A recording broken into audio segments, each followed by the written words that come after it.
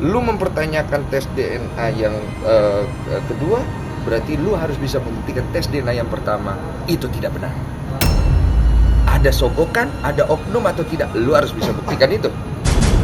Tes DNA kedua, oke, 3, 4, 5 saya mau oke, Pak ya, kita harusnya bisa.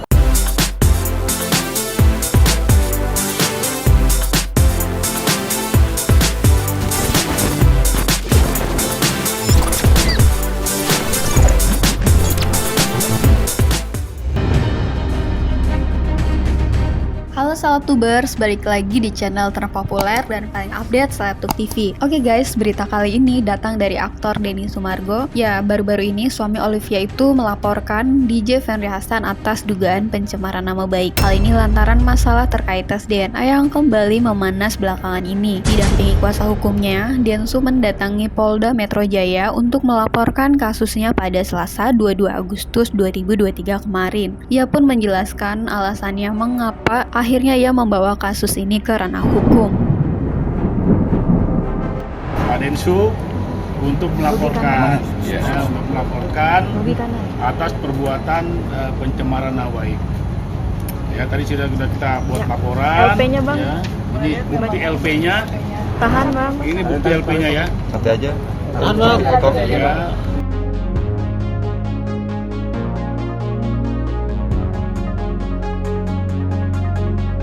Pasal yang kita tuduhkan 310, pasal 310 ya, 311 KUHP ya, 315 juga, kemudian jungtonya pasal 27 ayat 3 ya Undang-Undang ITE. Ya, jadi apa aja? Pencemaran ya, nama baik. itu tadi pencemaran nama baik ya.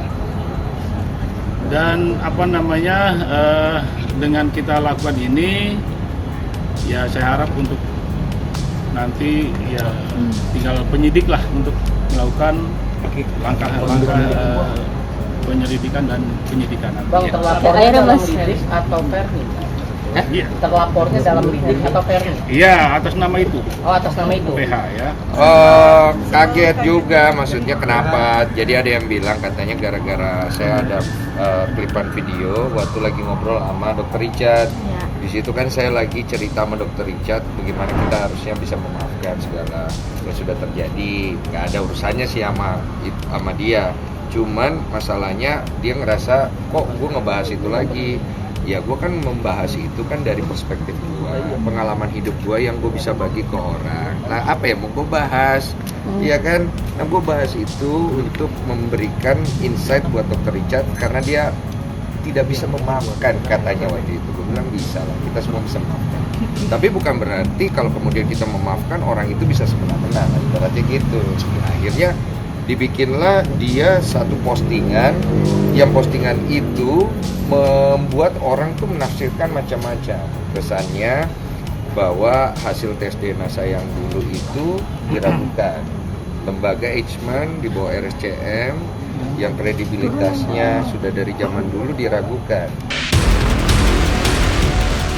Aktor berusia 41 tahun itu juga menegaskan dirinya tidak pernah menolak untuk tes DNA. Menurut Densu, hal itu sudah disampaikannya pada 4 tahun lalu ketika Hotman Paris hendak membiayai tes DNA itu di Singapura lantaran DJ Fenry Hasan meragukan hasil tes DNA pertama untuk menentukan siapa ayah biologis putrinya. Sebelumnya, pada tahun 2013 silam, seorang wanita yang bernama Fenry Hasan itu sempat menggegerkan publik usai dirinya mengaku hamil dari Denny Sumargo. Ia bahkan menuntut agar Densu mengakui anaknya sebagai darah dagingnya. Densu pun akhirnya kemudian melakukan tes DNA, namun hasilnya menunjukkan bahwa Densu bukanlah ayah biologis dari putri Fenry itu. Namun, beberapa hari lalu, melalui media sosialnya, Fenry Hasan kembali menantang suami Olivia Alan itu untuk kembali menjalani tes DNA di rumah sakit pilihan Fenry.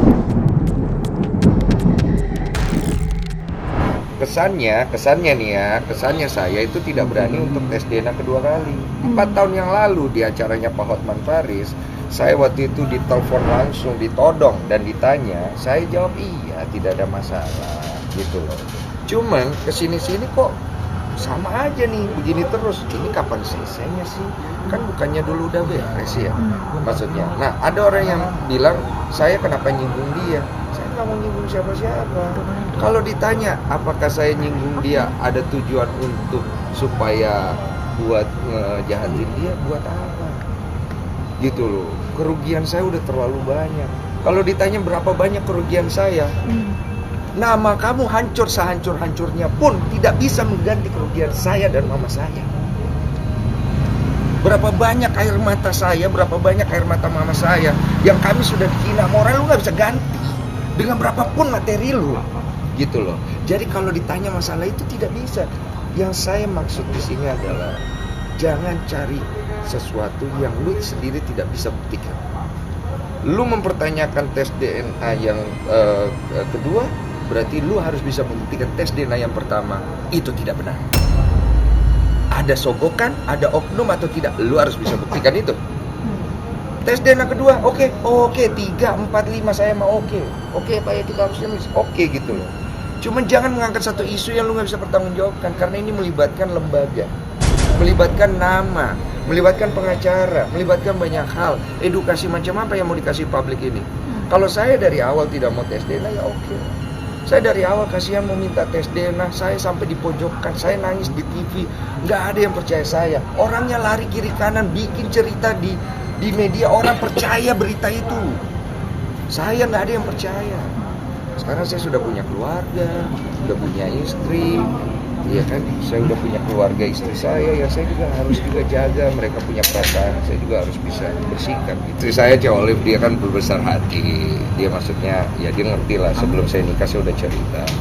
Cuma kan biar gimana kan dia punya orang tua. Ya.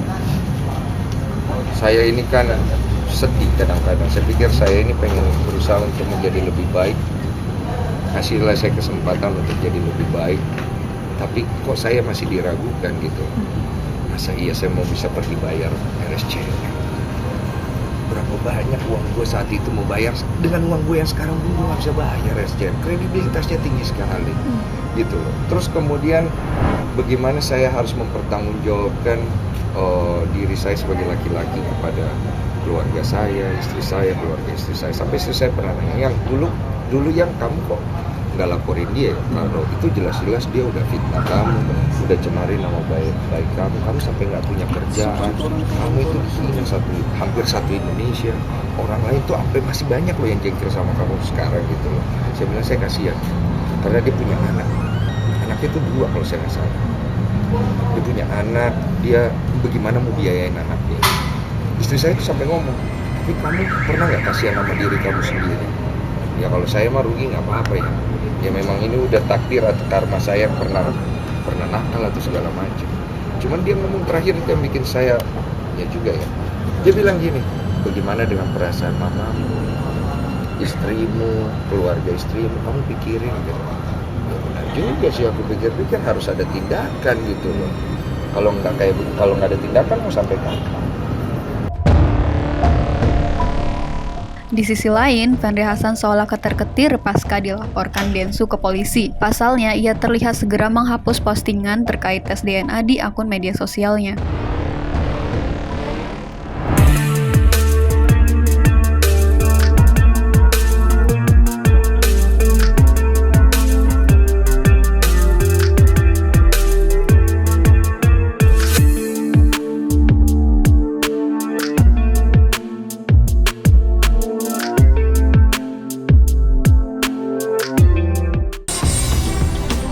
Nah oke guys, sekian dulu videonya. Kalau suka langsung aja di like, di subscribe, dan kalau suka videonya boleh banget di share. Bye bye.